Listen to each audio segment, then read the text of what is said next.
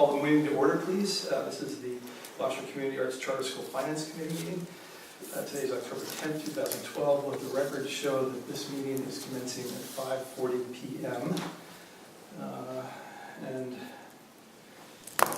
We have Aaron, Dave, and myself. Gordon is going to be a little bit late. We'll just make a record when he arrives. Let's quickly start with a welcome guest and public comment. Welcome guests, public comment. There being none, proceed by reading the agenda. We will review and approve minutes. I believe the last minutes that we have to approve were from June. Then number 3 would be the review of transition needs. Number 4, budget review. Number 5, presentation and discussion of the fiscal year 2012 audit by Alexander Aronson Finning and Company, whose representatives are here with us right now. And then review possible agenda items for the next meeting and adjourn.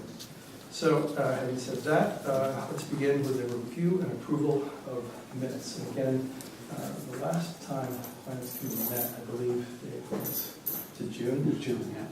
Yeah, okay. So those minutes were sent out last week. Right.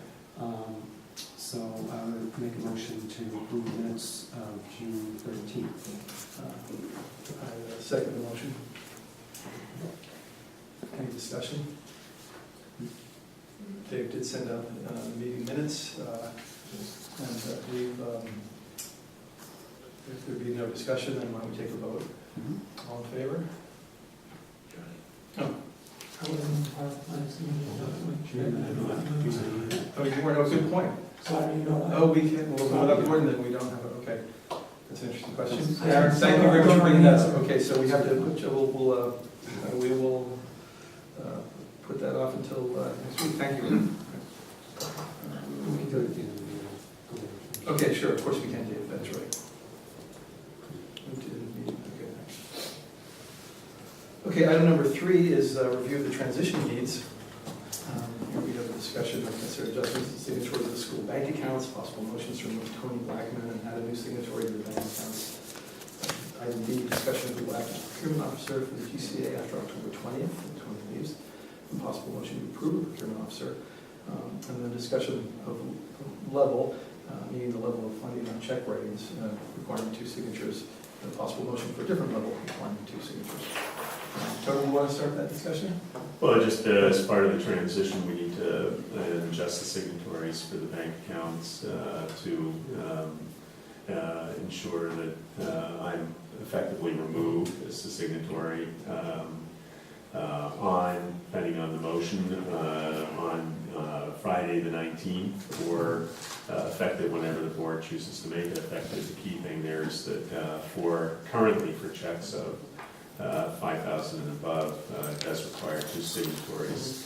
There are 3 currently at Bank Gloucester on the accounts, and that would be the chair of the board, the vice chair, Art and me, and so you probably need 2 formal motions. One is to have a motion to remove me as a signatory and then define the date when you're going to do that. And then you'll need another motion to add a signatory, and the board needs to discuss who would be most effective to have as that signatory from a control perspective. And I invite the discussion for our auditors to participate, since we have the advantage of them being here. But from a control perspective, I believe it should not and cannot be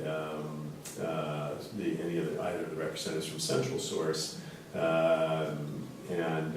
you really want someone who's close to the school in order to be able to do that. So Beth, as Director of Education, could become a signatory, or another member of the board could, but you want to make sure that they're local enough to the school to be around to sign checks. And you're not wanting, in general, to have 2 signatories for every check, because you've got some of quite small amounts that may come up every few weeks, and then those who want to be able to have business handled efficiently. So that always with controls, you're trying to balance appropriate the need for the control against the cost effectiveness for the institution in terms of having controls, understanding that you can never be fully assured that you can be protected against every possible So, I don't know if you'd like to have discussion on that first, and then I invite the two team members here, Paul and David, to weigh in terms of that, with any thoughts you might have as our audience. Just have a quick question for you. Where we have Gordon's here, can someone make a note? Gordon around 9:45. Just a quick question, I mean, where we have two signatories already, Art Bean, myself, and then, well, Tony, of course, is the third. Is it a best practice to have three, or, I mean, we do have two people, Art, who's always around, and actually on the site, regularly. I think that's the key thing. I mean, 3 signatories isn't any type of best practice or anything. Just if, with Art being the person who's always around, maybe good to have one backup in case he's not in those dual signatures.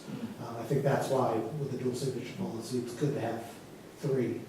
So you have one main backup for the priority. The plan B, so to speak. Exactly. So if someone's sick or vacation, okay, and you sign checks, okay. And to Tony's point, with the central source team, I think as we look at the school's controls, one of the good controls is that central source processes a lot of the transactions, does a lot of the reconciliations, but doesn't have the ability to sign checks and be authorized signers. So I think that's a good segregation to keep apart, to not have either Beth or Cindy be signers. And I welcome either of your feedback as well. I totally agree. You're right. So we'll read it, we can choose a third-party administrator. Okay, Ms. Beth? Sure. Let me ask Beth, the board would like to know if you would be willing to be one of the signatories. Sure. Okay. Beth is so agreed.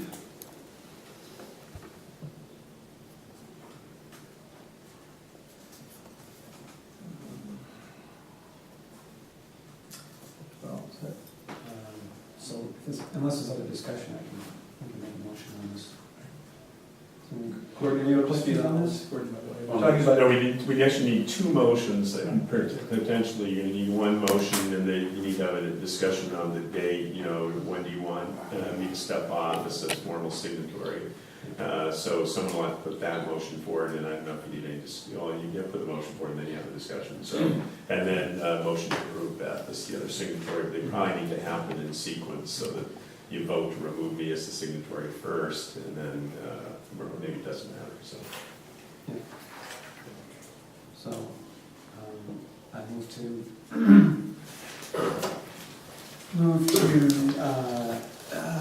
effectively remove Tony Blackman, our current executive director, as a signatory effective Friday, October 19th.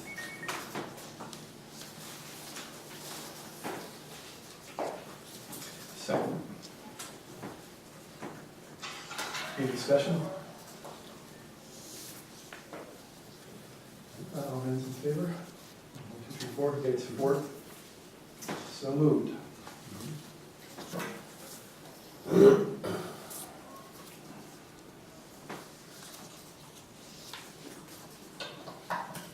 So, I'll also make a motion to add Beth Forge, our Director of Education, as the 3rd signatory for amounts over $5,000. I will second that motion. Any discussion? Effective October 19th, President? Yeah, that's a good one, actually, yeah. So effective October 19th. And I'll second that motion as amended. Discussion? Discussion? Just for clarity on the motion, with the motion the way it's made, is Beth is the motion being made to make Beth the signatory only, the 2nd signatory, only on amounts over 5,000? And so for amounts less than that, Mr. Caviston or Mr. Bean, Dr. Bean, are the signatories for all other checks. And is that the way you're intending to put the motion? That's a great But question. at the moment, as executive director, I'm actually the signatory for all checks, and it's not required to have a 2nd signature up to 5,000. Right, because she's gonna go crazy. Right, exactly. Well, I mean, it's, you guys can tell us, how often did you guys have a check writing run? Every other week, I mean, it's not. So every week you sit down, you issue checks? I mean, what is it, 15 or 20 checks every other week? Maybe 30 on a, busy time of the school year, at the beginning of the year. But for the most part, it's not that many It's gonna come transactions. down, but there are at least possibly 2 each run that would be in that category.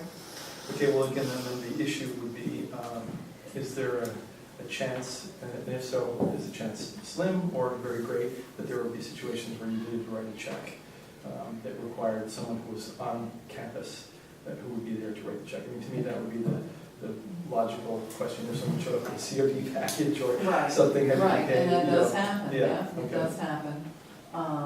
Yeah, especially with no credit card or debit card now. Right. Well, The frequency So of there are that more would be more. opportunities for a. I would have, can all 3 signers have equal signing rights, but the dual signature requirement stays over 5,000? There you go. That's- Right now, the motion is for her to just be a sign them all. Signatory without. So it's, and if anything, No, the motion that's I know being the put motion. forward, actually, just for clarity, that's why I brought it up. The motion that's on the table at the moment is to make Beth the signatory only for checks of 5,000 and above. So, why, you clarified that, that was, no, that but was you not part of the need motion. to have a different motion. Yeah, but it was your question, right now, she's a signatory for all checks. Why don't we do Your the motion, Amendment is. Yeah. And so. Let's do the second motion. Okay. Clarify what we're talking about. Okay, That would be- just, yeah, okay. So, the second motion would be, Dave, why don't you take a stab? Okay. I can help. You get this on camera? I'm taking notes here for you, don't you worry. Tony's right, though. He's So got I'd it like to down. move to make Beth Delforge, our Director of Education, a signatory on all checks for the school. And she will be one of 3 possible signatories that we have, including our chair and our vice chair, as well as the Director of Education. Her signatory duties would commence on October 19th. wait, you didn't say for checks over 5,000. Correct. You didn't make that part of the motion. That's I the. meant to leave that out. Intentional, yeah. But then why do you need 3 signatories for every check? No. Signatories are just people who can sign the checks, that you only require to have 2 for certain amounts. Over 5,000, right?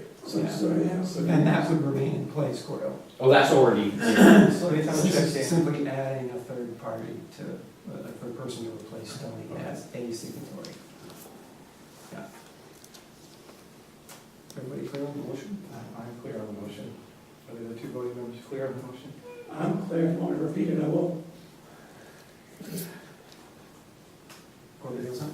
I'm also, Okay, okay, right. I'll second that Second? motion. Okay. Any discussion? Okay, all in favor?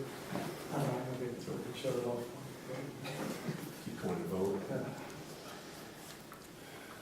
Okay. Congratulations, Beth. Thank you. you look thrilled. Yeah, it's a life changer. Yeah.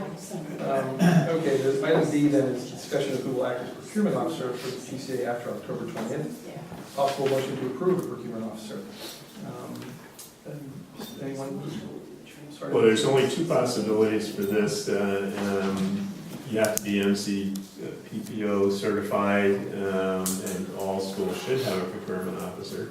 And the 2 possibilities that I'm aware of would be board member Aaron Chalufo or Cindy Marie, and as the business manager, I think it makes more sense to. I finished all the classes. Okay, so then we're down to 1.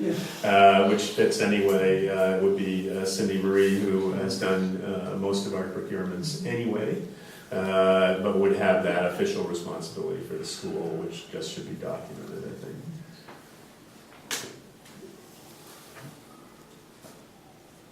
That's what we would need. So is that okay with you? Yeah, that's fine. Okay, That's fine. so I'll make a motion to appoint Cindy Marie, central source, or third-party administrator as procurement officer for GCA after October 20th. That's your second? Second. Any discussion? All in favor?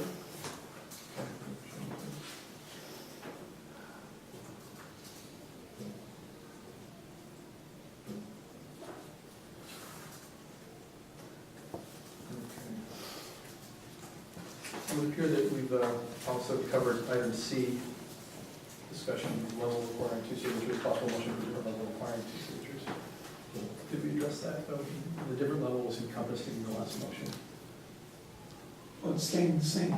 as it Right, is now. exactly, right. But there is, the general requirement is that it's over 5,000, 2 people need to sign, so that isn't changing.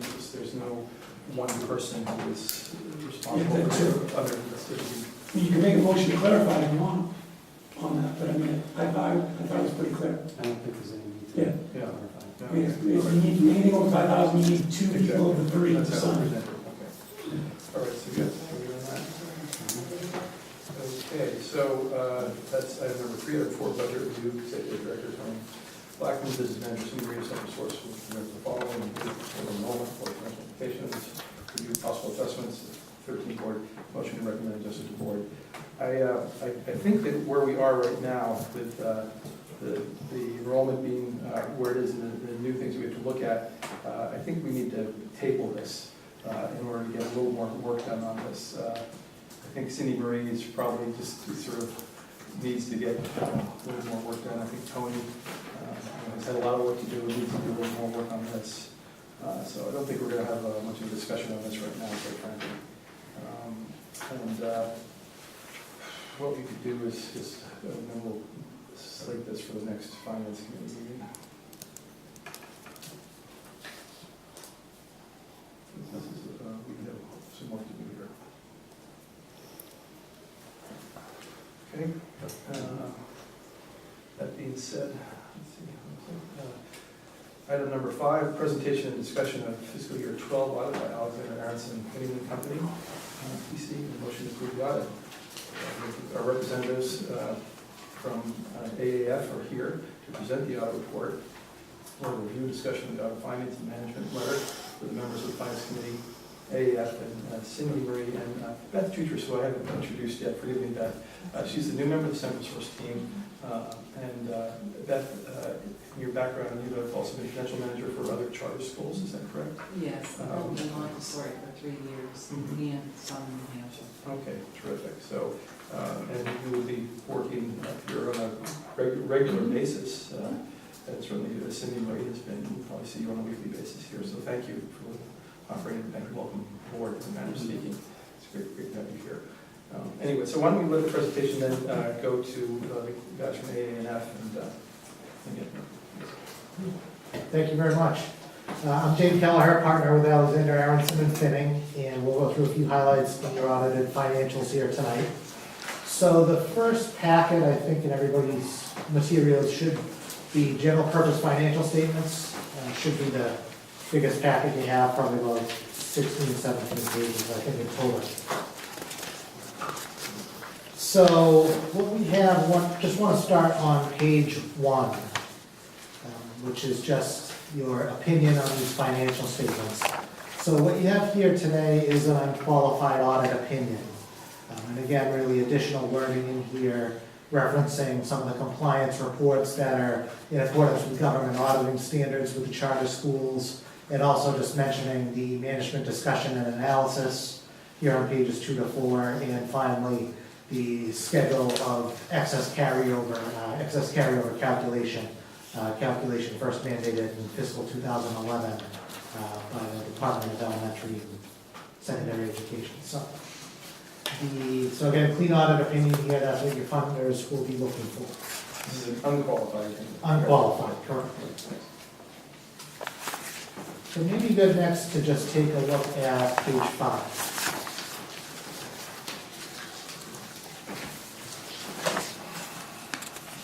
You see here really the statement of revenues, expenses, changes in net assets, really the school's income statement for the year. Why don't you start at the bottom of the page, we'll start in the 2012 column. And we're just going to start 2 numbers up from the bottom in that 2012 column. Should see a heading, changes in unrestricted net assets. Positive number there, 2,741. So the school, for all intents and purposes, had a break-even year this year. You were about 135 students enrollment for fiscal 2012. I believe it was just a little bit under 80 for fiscal 2011, just as you look at mix of the funding here when we come at the top of the page. Just for the charter school format, the general revenue you have here, just required to break out anything that's not really program specific down in this general section, so just a little bit of interest, about $500 there. So the change in unrestricted net assets from operations, $2,250. So really the makeup of that, you look at the top of the page, you have operating revenue of $2,251,000. So really the main components of that, your student tuition, so that includes the per pupil tuition as well as the facilities component of that tuition, so $1,614,528. And then the in-kind services being the second largest source of revenue there. Most of that is really in-kind legal, really over both years that you see here. So the government grants, that's mainly your monies through the state, really the entitlement grants that are there.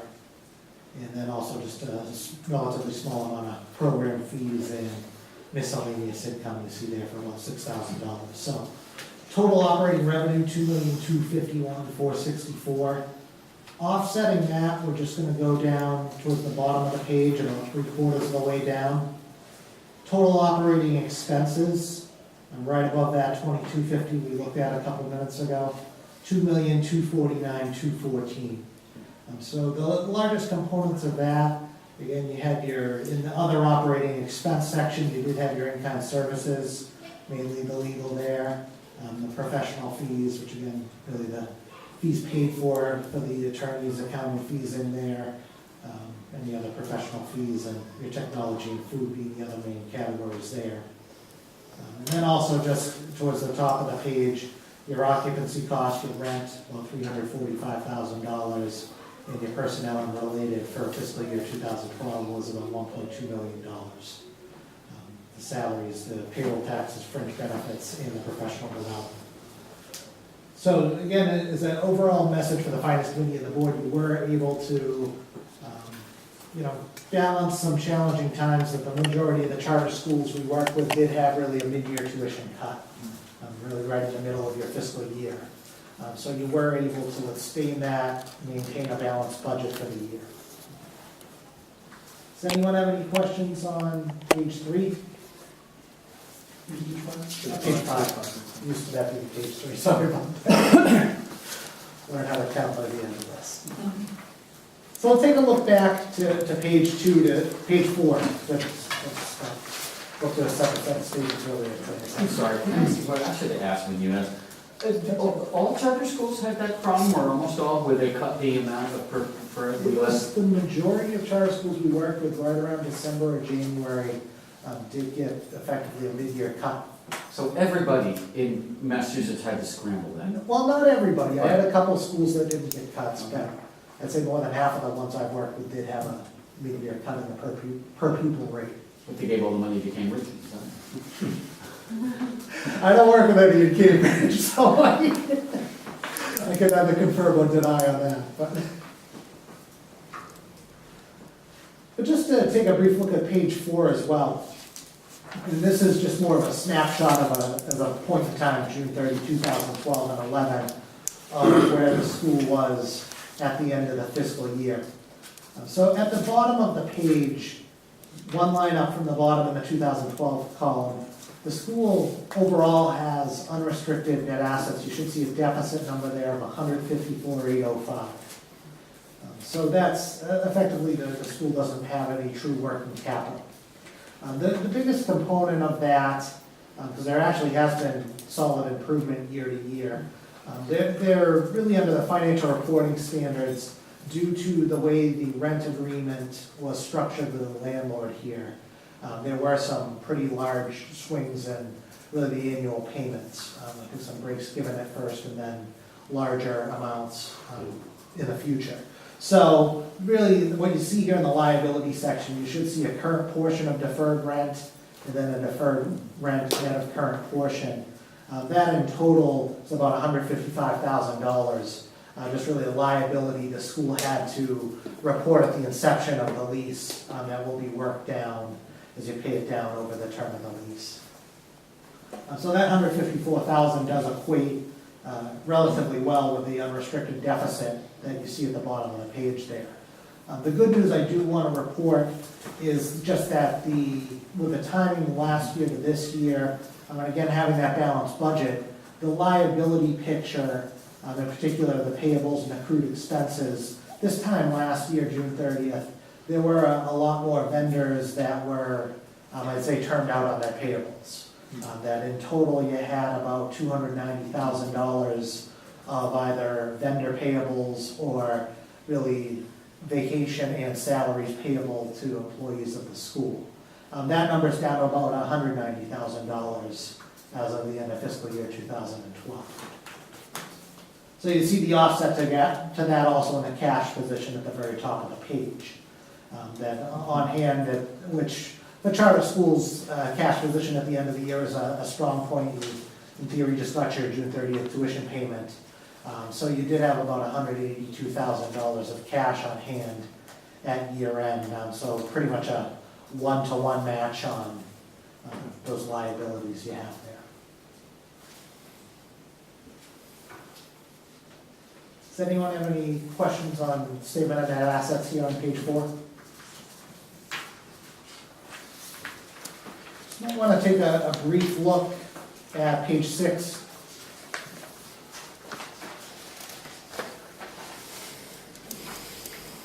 Statement of cash flows. I don't want to bore everybody with the mathematics of this, but what is important to note going forward is looking at the top part of the page about a quarter of the way down, we have a net cash provided by used in operating activities. So we started on page 5 with a surplus of about $2,700 in total. From a cash flow standpoint, you should see there that the school really expended about $139,000 in cash from running its business this year. So that's really where you can see the main pay downs on the employees and payments for supplies and services, which under the GASB format for financial statements, you have really what's called a direct cash flow up at the top here, and also just an indirect presentation at the bottom, showing that you really did pay down your accounts payable by about $114,000 between years. So it's good to have the vendors paid down. It's a little tighter on the cash position going forward. And I have had some talks with Cindy and Tony. We did have a detailed meeting last week, and with your enrollment as it stands, just kind of focusing on having that balanced budget. So it may be worth just taking a look to key footnote. We'll go through a few other highlights in the footnotes. But just what we did put in the school's financial statements this year, and it wasn't here last year as well, on page 11. We take a look at footnote 10.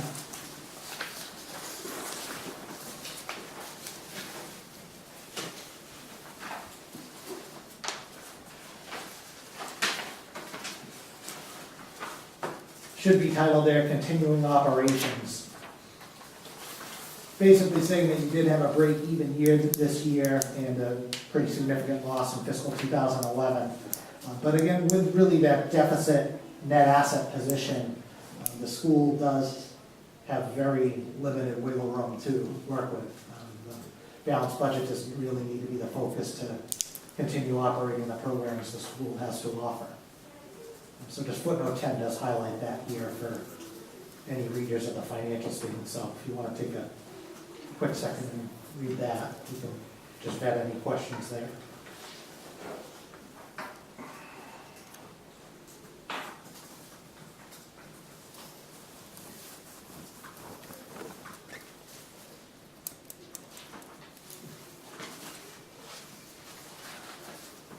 So just to rephrase what you just said, we've improved in terms of paying down payables, and that, I guess I missed your second point there about the deficit, and you mentioned how much space we have, how much leeway we have there. So can you Sure. talk about that? So from a net asset standpoint, as we look at on page 4, the school has a $154,000 deficit, really including your deferred rent. So really, That's mostly what it is, right? it mostly is that. But again, even without that, you would effectively have zero net assets. So just emphasizing this, running at this balanced budget, really keeping an eye on that. And I know Cindy and Beth, we did have a detailed talk with Tony about that last week at the management meeting. But even as you said, disregarding the deficit that you will pay down that deferred rent over time, you do have effectively zero net assets. Right, and we have put in place a program to pay that down. Right. So, okay, I think I misunderstood you. Is this untypical of charter schools at our age, or is that a pattern that you've seen before? Well, I know Gloucester, with the kind of the start had and the enrollment, kind of continuing enrollment issues, it's usually not this narrow of a margin a couple of years in. There is a startup ramp-up phase, but we just don't have much room for error from a financial standpoint right now. Looking at it practically from financial statements as well as cash flow, I would imagine, which interestingly invest spend more of their time monitoring. So just wanted to make sure I highlighted that for the group, so that wasn't a hidden detail. Yeah, I think you're, comparing the schools that are starting up, you're also comparing schools that may be operating in substantially less, They're in church buildings? school, purpose designed buildings. Right. I think that's probably what we're paying for, is the fact that we have a good facility in place already, when many schools are still struggling to put that in place. Oh, absolutely, that's, and again, the reality of it is, I know we had the Cambridge joke earlier about the tuition cut, but the district, both the environment towards the charter school as well as just the tuition reimbursement rates of each sending district also help, can help or hurt, depending on where you are, so. So most of the footnotes that we have here tonight, they're really required disclosures, but I do want to point out a couple other key footnotes in the financial script. Well, maybe just go back a couple pages to page 8.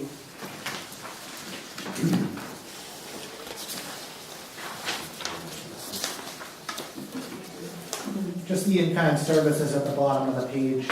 We did highlight the revenue on page 5. But just noted here, just what makes up your in-kind services. So there were some in-kind busing services of about $31,000, and the in-kind legal makes up the balance of that. And just mentioning the facility, going to the next page on page 9. Oh, I sorry. just had a quick question. Should we, we're getting much more volunteer support and it just grows over the year. Is there a certain form or procedure that we should be using to have people show up and fill out a form and say we've donated 5 hours and my services as a counselor are $150 an hour, my services as a building and grounds person is $25 an hour? Is there something like this that we should be adopting as a best practice that would help? I mean, is this something that other schools do, or should we be looking at that? Well, there is, there are financial reporting requirements around that, just to boil it down to kind of a common sense perspective. You should track your donated and record it if the person's a professional at what they do. So if I volunteered for the school and said, I'll help you guys paint the walls, I'm not a professional at painting walls. So my time shouldn't be, it can be captured for the school to know and, kind of show that graciousness to people volunteering their time, but for recording it in the financial statements, that wouldn't qualify. So if you are having professionals at what they do, you should track it and record it. And overall, in the financial statements, it's a revenue and expense, so it wouldn't shake up any kind of net results we're talking about tonight. Right, because you got it on both sides, that's it. Correct.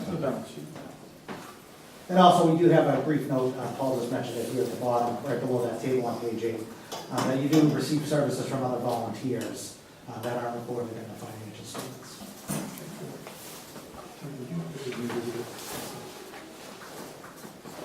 No, the time Yeah, we just have to, 6:14. And just on page 9, talking about the facility a few minutes ago, but we do have really spelled out in footnote 3 on page 9, just the future payments under the lease agreement. So it is a longer term lease you see here, and again, spelled out at least year by year through 2017. So it's about, next few years, about $412,000 there.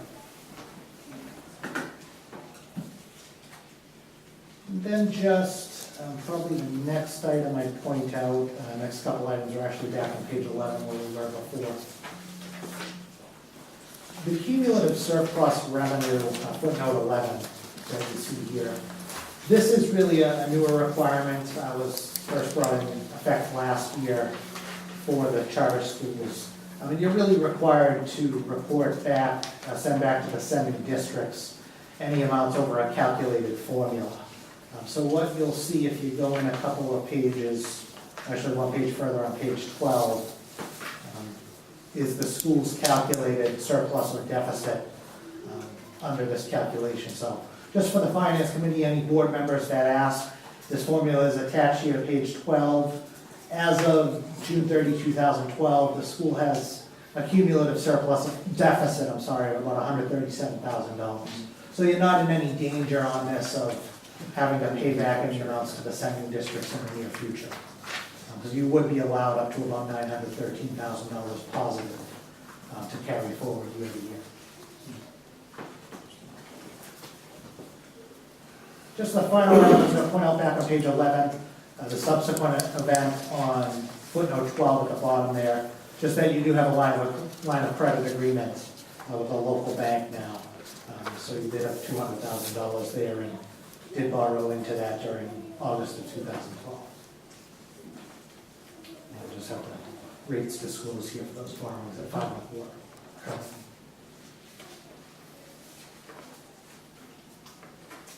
In the compliance reports in the back, I wasn't going to drag you through too much detail on these, but Paul talked about a couple items in the management letter. We did have a couple of findings this year that when this audit gets submitted to the charter school office, really main items we'll go through are just on the Title I backup and the debit card transactions. So maybe we'll just go through those in the management letter, and Paul Hubbard will go through those. So the next one is just it's part of the second thickest document in there. It has the Gloucester Community Charter School header on it. So as Dave mentioned, there were a couple findings during the audit process. So we identified that in this first couple pages here. We've identified it as a significant deficiency. So if you turn to the second page, you'll see the significant deficiencies in the Title I backup. As we kind of went through, we started to ask, what you're doing in terms of the Title I and how you're targeting the children that need these, that need the extra time as Title I requires. Nothing was able to be provided to us, so we just suggest making the policy formal, documenting it all, and identifying, targeting the children that need the Title I funds, and the extra help from the Title I funds. And then debit card transaction testing. During we performed the test to just to try and 3 months worth of debit card transactions. So we went through the statements, and there were about 32 instances where we couldn't find the backup, or we weren't provided the backup for. I know we went through a little bit more today with the same result. So, and then if you turn to what's labeled as page 1, these are kind of our general recommendations and items. So we have some prior items that we had which were addressed during the year, which is always a good sign. Last year we recommended that the school obtain a line of credit, and that was obtained, which we saw in the footnote that Dave pointed out. There were accurate submissions of the NTRS employee contributions that are required. I'm sorry, can you explain what you are again? What page are you on? Page 1. It's titled page 1 down at the bottom. Same document? Yep, same document. If you flip to the next page, bro.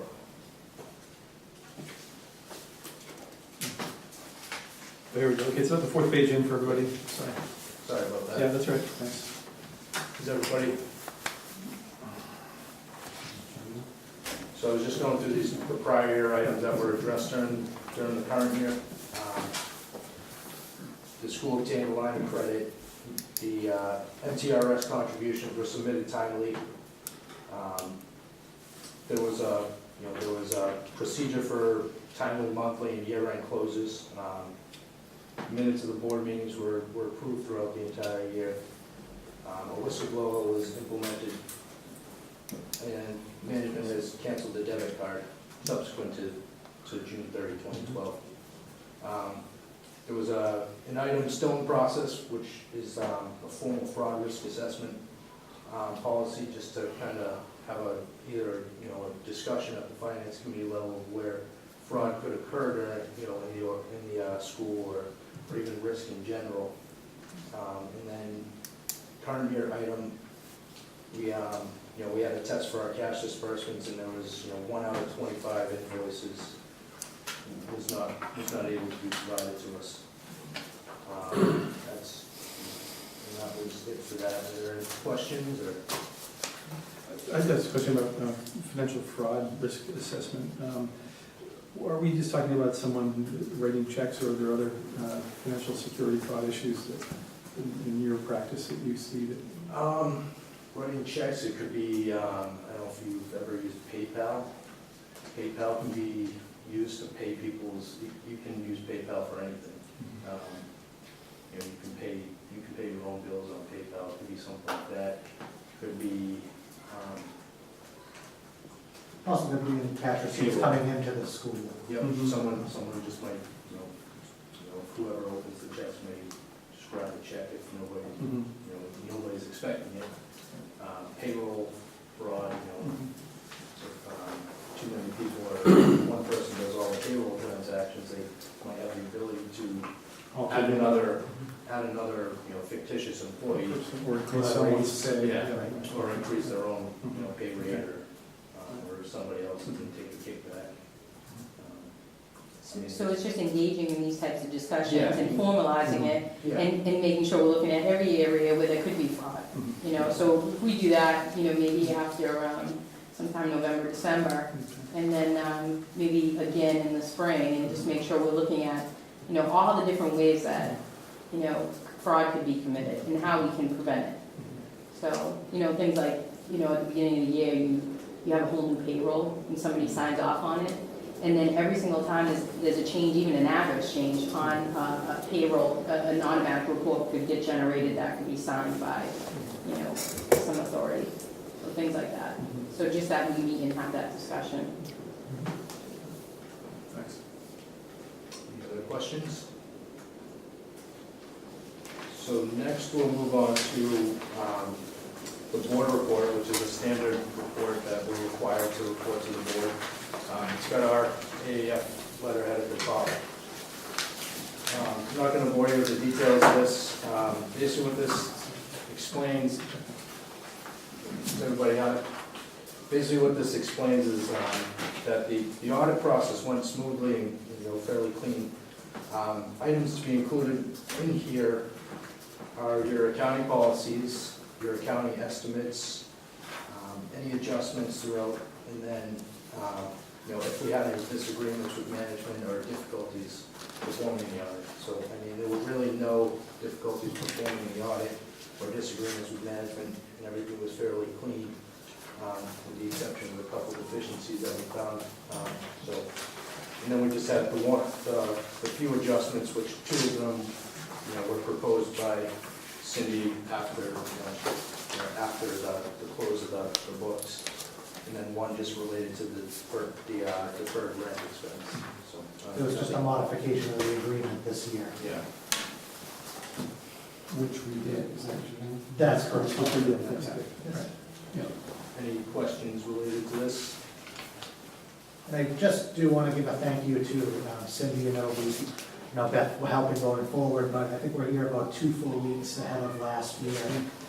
So it definitely, I think Cindy's hard work and help throughout the year of the school definitely comes through in these, via lack of audit adjustments.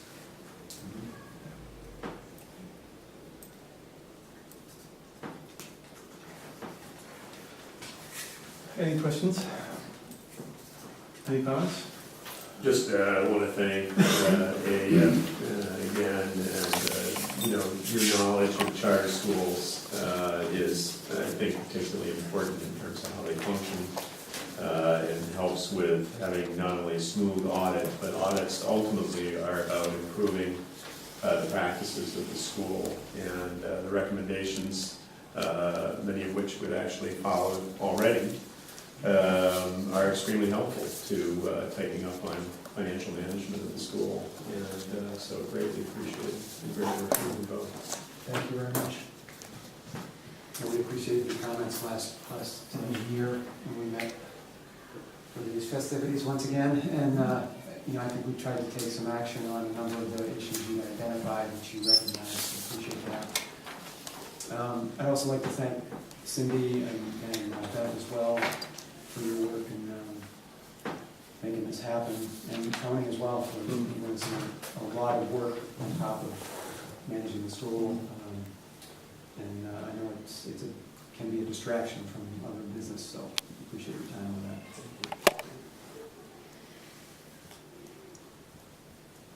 Any comments, questions? Okay, well, thank you again very much. Appreciate the work and the suggestions and how we're looking for us. Thanks. So, item number 6 is review possible agenda items for the next meeting. Any suggestions for maybe start? Obviously, budget issues will be one of the things we'll want to have ready for the next meeting. Excuse me, Gordon, you weren't here when we first started the meeting, and we were going to have a vote on the minutes from the June meeting, which was the last time we met.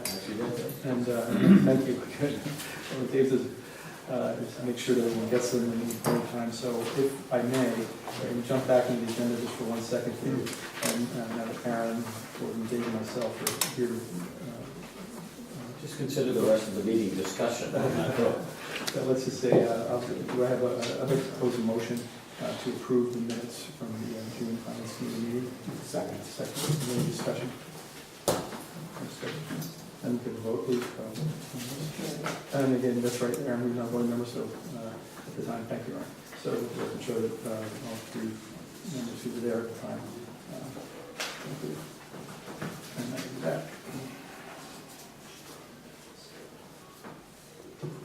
Any other agenda items for the next meeting? I assume you're going to put item number 4? Yes, I'm sorry, I thought I mentioned that beforehand, that the budget review will be an important aspect of that. Should we have a discussion around fundraising? Yeah, absolutely, yeah. Sure. Good time. Foundation fundraising update, okay. Fundraising in many forms of financial support.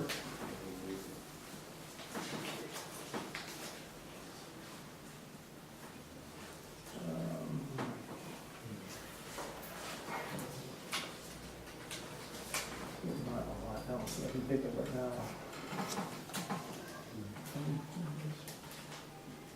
Sounds good. All right, well, that being the case, why don't we tentatively start with the budget fundraising foundation. And then that will be our agenda for next meeting. And there being no other topics on the agenda, can I take a motion to adjourn? So moved. Second? Second, any discussion? All in favor? Aye. Aye, okay. Being the case, this meeting is now adjourned. Thank you very much. Okay, so it's